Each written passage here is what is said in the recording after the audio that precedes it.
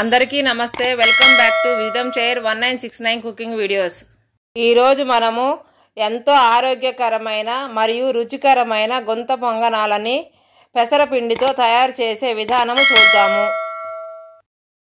ముందుగా ఒక బౌల్ తీసుకొని దాంట్లోకి ఒక కప్పు పెసలు పోసి 3 సార్లు శుభ్రంగా కడుక్కొని ఆ నీళ్ళన్నీ వంచేసి ఇప్పుడు కడిగిన పెసరల్లో తగినన్ని నీళ్లు పోసుకొని మూతపెట్టి 8 గంటల సేపు నానబెట్టుకోవాలి। ఇలా ఒక 8 గంటలు నానబెట్టుకున్నాక ఈ నీళ్ళన్నీ వంచేసి మళ్ళీ ఒకసారి కడుక్కొని గ్రైండ్ చేసుకోవాలి।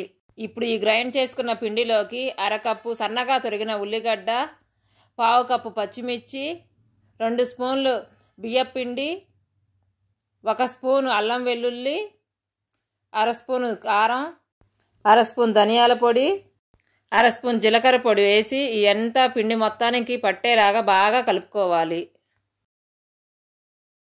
ఇప్పుడు దీంట్లోకి 1 కప్పు క్యారెట్ తురుము, కప్పు కరివేపాకు, కప్పు కొత్తిమీర వేసి బాగా కలుపుకోవాలి। ఇప్పుడు ఈ పిండి మొత్తాన్ని కూడా మిక్సీ జార్లో వేసుకొని బాగా గ్రైండ్ చేసుకోవాలి। మనం గ్రైండ్ చేసుకున్న పిండి అనేది నేను చూపిస్తున్న కన్సిస్టెన్సీగా ఉండాలి। ఇప్పుడు గ్రైండ్ చేసుకున్న పిండిలోనికి మరలా 1/2 కప్పు ఆనియన్, పావు కప్పు పచ్చిమిర్చి వేసి పిండి మొత్తాన్ని కూడా బాగా కలుపుకొని పక్కన పెట్టుకోవాలి। ఇప్పుడు మనం గుంత పునుగులు వేసే కళాయి తీసుకొని నేను ఏ విధముగా అయితే ఆయిల్ని అప్లై చేస్తున్నానో మీరు కూడా అదే విధంగా అప్లై చేసుకొని 1 స్పూన్ తీసుకొని నేను చూపిస్తున్నట్టుగా ఒక్కొక్క గుంతలో పిండి మొత్తాన్ని వేసుకొని మూత పెట్టి కొంచెం సేపు ఉడికించుకోవాలి। మధ్య మధ్యలో మూత తీసి ఏయైతే ఉడికినయ్యో అవి తీసి వేసుకొని మరలా మూత పెట్టుకొని ఉడికించుకోవాలి। ఇలా ఉడికించుకున్న గుంత పునుగులన్నింటినీ ఒక ప్లేట్లోకి తీసుకొని మరలా దాంట్లోకి పిండి వేసుకొని మూత పెట్టి ఉడికించుకోవాలి।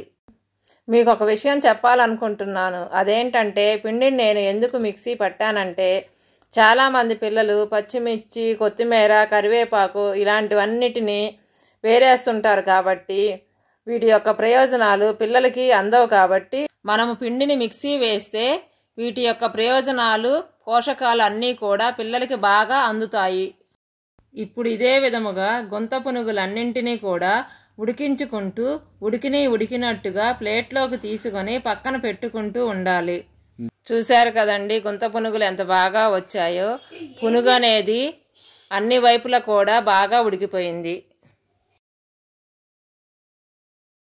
ఇప్పుడు ఒక గిన్నెలోకి కొంచెం కారప్పొడి తీసుకొని దాంట్లోకి నెయ్యి వేసుకొని గుంత పునుగుల్ని నంచుకొని రుచి చూద్దాము।